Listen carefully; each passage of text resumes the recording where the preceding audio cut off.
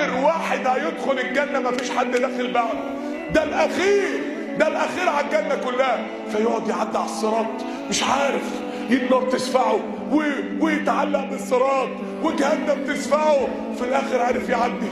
اول ما يعدي يبص للنار كده ويقول لها تبارك الذي نجاني منك، يا الحمد لله اني نجيت منك يا جهنم. الراجل ده في حاله رهيبه، يقعد يرتاح كده شويه، ربنا يخلق له شجره ونبع ميه، فيقوم يبص كده بعيد، هو مش عارف حاجه، مش عارف ان في جنه اصلا. الراجل ده ما كانش عارف حاجه في عيشته، الراجل ده الاخير على الجنه بس مش عارف اي حاجه. فقعد يلاقي شجره ونبع، الله يا رب قربني من هذه الشجره يا رب، استظل بظلها واشرب من الميه دي يا رب.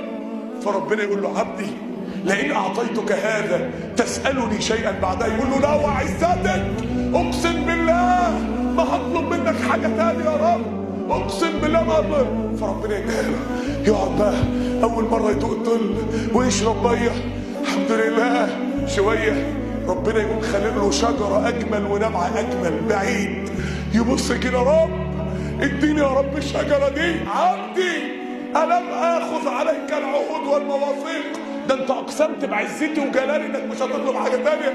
يقول يا رب وعزتك اقسم بالله ما عدت هطلب منك حاجه تاني، بس اديني دي يا رب شجره. امال لو شاف الجنه هيحصل له ايه؟ شجره مش قادر، ربنا يديها، يقعد شويه كده وربنا يقوم خالق له شجره تانيه بقى تحفه بقى ونبع رهيب قريبين من سور الجنه. فيبص كده الله يا رب اديني الشجره دي يا رب.